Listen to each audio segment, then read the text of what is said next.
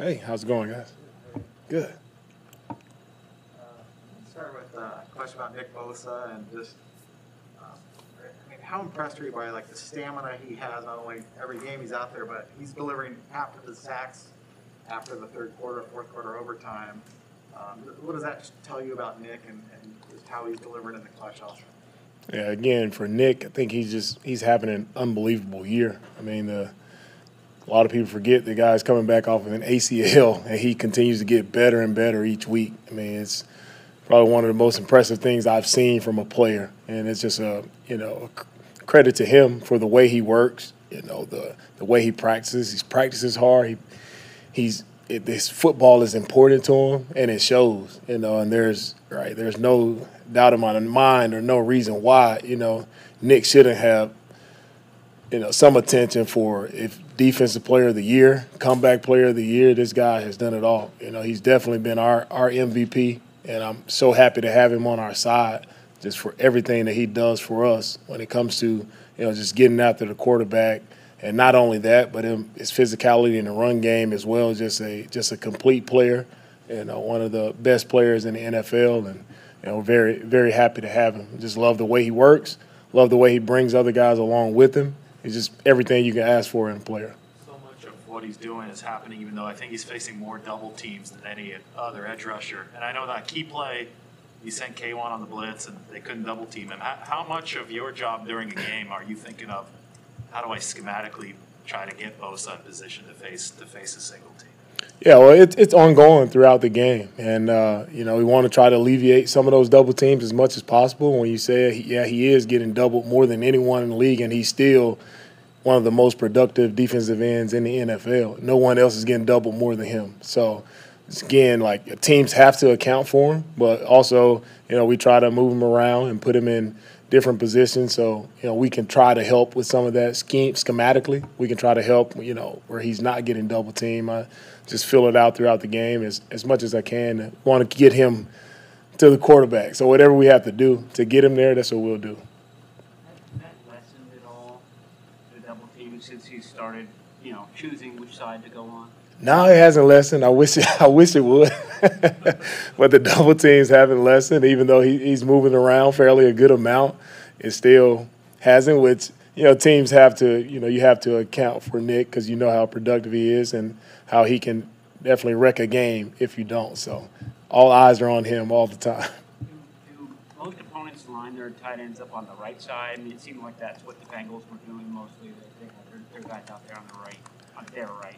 Yeah, most times teams they'll do a tight end or a back in what we call a double chipper look. They'll get in those looks to, try to protect themselves as much as they can, But, again, we try to move him around as much as we can so he can avoid those situations.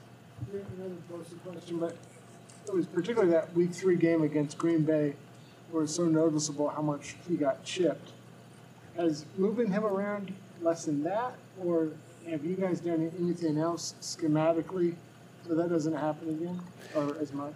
Yeah, it can happen. It just depends on, it's a lot goes into it. It's down and distance. It's a lot of, personnel. It's a lot of different things that go into, whatever the offense is thinking at that time and how they want to protect it at that particular time. So a lot of different things go in it. We don't always know, how it's gonna shape out. But we just, between Coach Kasarik and myself, just try to do the best job we can as far as, moving him around as much as possible. How do you assess Ambry Thomas's first start? I thought Ambry had some encouraging snaps out there, and his first time with that much action in the NFL for his first game. I thought he did some good things. He did some encouraging things, and it's a lot for him to grow from, a lot for him to learn from as well, with him being out there as much as he did. And one thing I liked about Ambry, he didn't blink. He had some penalties, gave up a play, but he didn't blink. He just got right back out there. He continued to compete, and I love that about him. I like that. I like his attitude throughout the game. I like how he's flying around. So he did some encouraging things there for us that he can definitely grow from.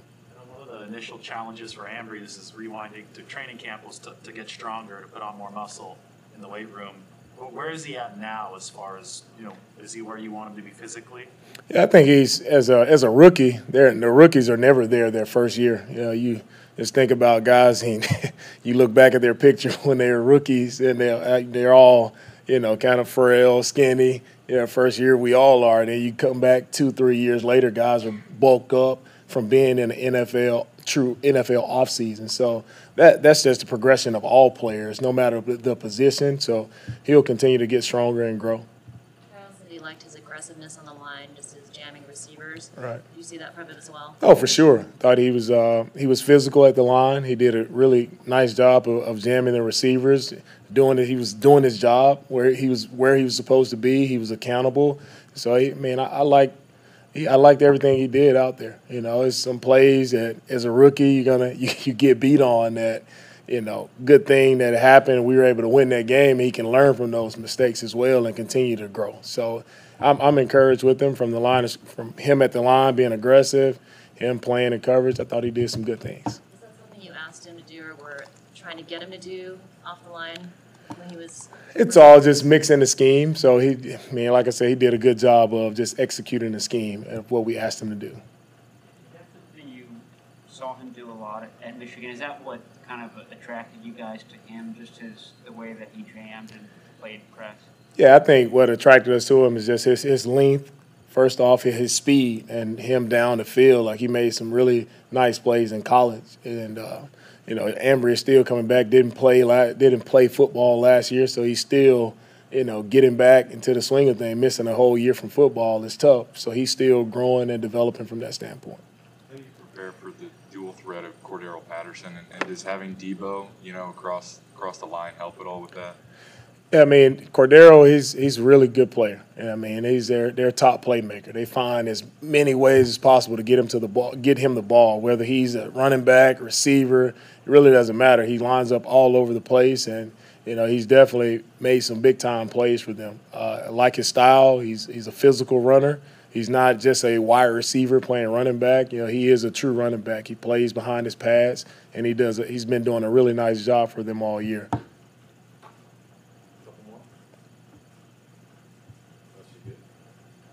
They're good. All right. Thank you. My glasses are fogging up. How are we doing today? Any surprises? You guys excited for Christmas? All right. That's next week, right? Yeah. Yeah, there's a couple games in front of that, so it's hard to keep. I don't really know my middle name right now.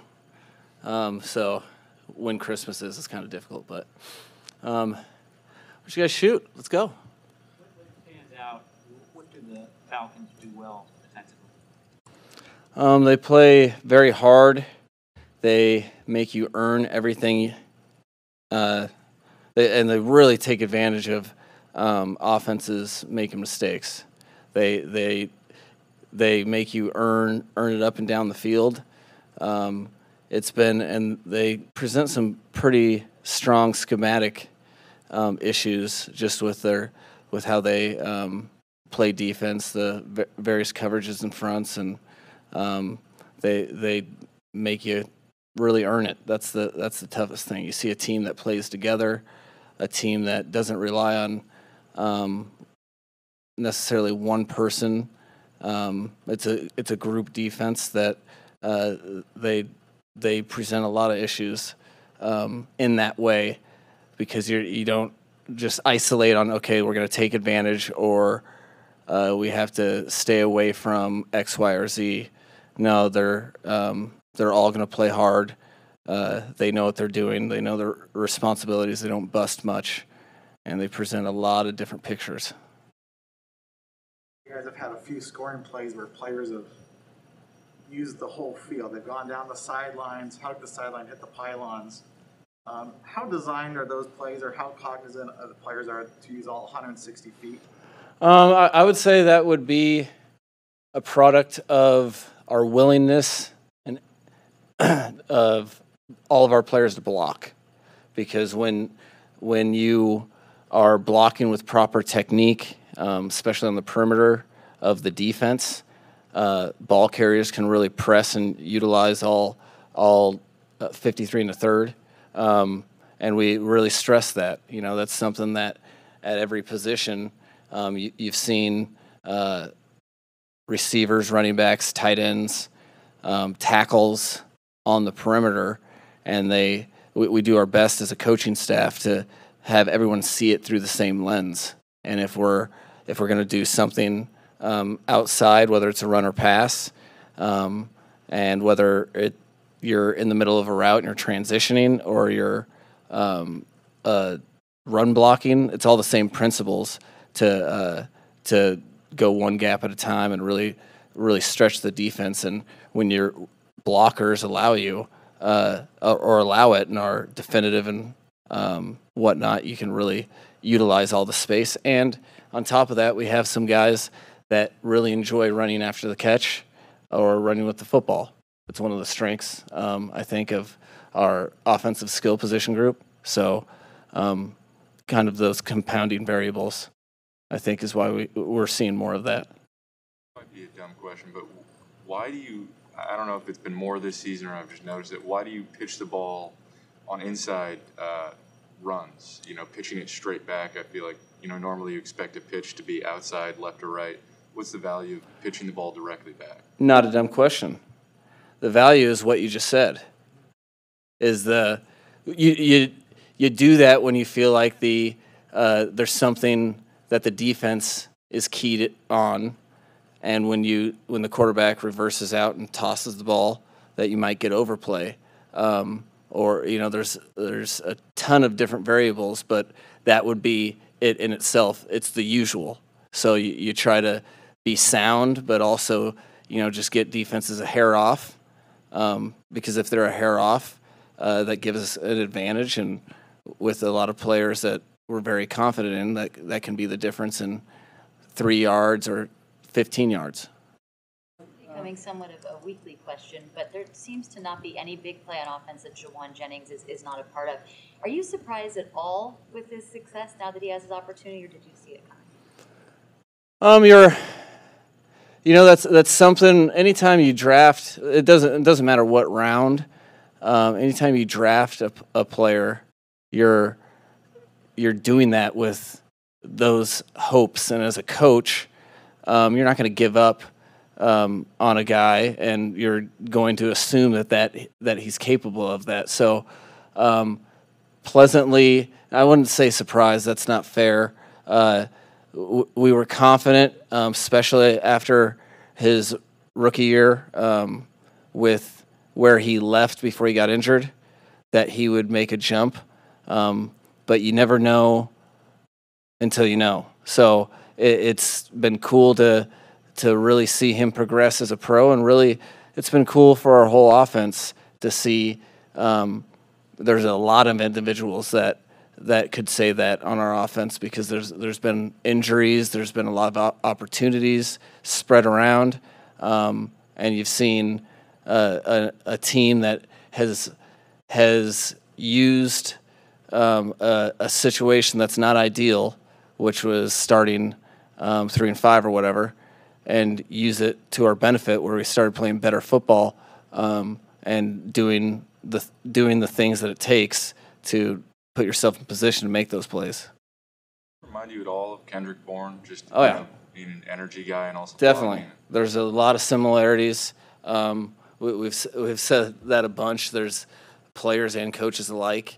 He does bring an unique energy, and he is the same guy every day, which is important in a marathon of a season. Like I think we were talking about it last week, but I mean, people do not understand how much work for an NFL player that goes on, that it is a daily process, and that it goes on for 6 months to the face. So I think that's been the biggest thing, is just watching everyone grow that way. Was maybe having a year off for him, learning the playbook and kind of being on the book side of everything a benefit for him, and maybe in disguise? Oh, for sure. That's always beneficial. It's a foreign language. We speak you have 11 people trying to do and assignments that are specific to them that are dependent on the defense, and you're trying to coordinate all that. So you have these words that mean stuff, and you can read it on a playbook and whatever, but you get in a huddle and it is a foreign language. So being able to digest that stuff, and as a football player, when you're going against the best of the best, how important is it for you to be confident and decisive in your responsibility? I mean, you can only imagine it's extremely important. So that has been a huge benefit, which I think you've seen with a lot of guys that are second-year players or third-year players. And that's kind of what, in the locker room, the players kind of demand of each other, because there's so many guys that are locked in. There's no room for a weak link. So you kind of get there's that peer pressure and the experience. It's really been beneficial for him. When you quarterback real high and you have an established starter, it's one thing to say that the established starter is going to be a pro and we know how he's going to handle it, but it's another thing to actually do it, because it doesn't happen in every instance. I'm just curious of your observation of how Jimmy's navigated this season. I mean, seems like he's playing his best football right now. I'm very impressed. You don't know how someone's going to respond to uncharted territory, and there's many different ways that people can go about things like that. I think he's really earned a lot of respect from the players in the locker room, especially, of how that none of that matters. My job is to be my best version of myself. And when you can solely focus on that, you have a chance to be your best. And that's been the biggest thing that's been really, really cool to watch, is a guy that knows that we drafted a quarterback high.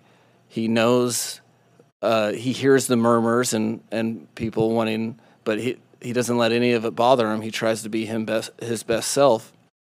And in that, it forces you to focus, and really gives you opportunity to be the best version of yourself.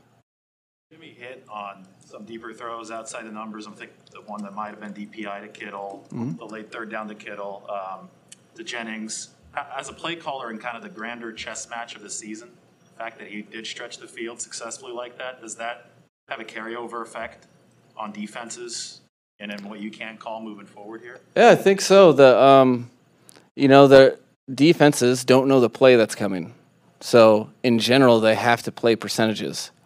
So when you broaden the percentages of where you throw, it creates more space. They want to constrict everything and be able to defend stuff in tight quarters. So in general, defenses, it stresses them out when you use more of the field. We try to do it in the run and pass game, but then there's some defenses that say, no, we're not. We're going to make you earn it. We're not going to allow you to do that. So you don't, it's case by case, and sometimes there's opportunities to stretch the field. It's just very important when you do that they're not a bunch of zero gains or sacks. You want to stay efficient, but you have to expand the field in general to be your most efficient offense that you want to be.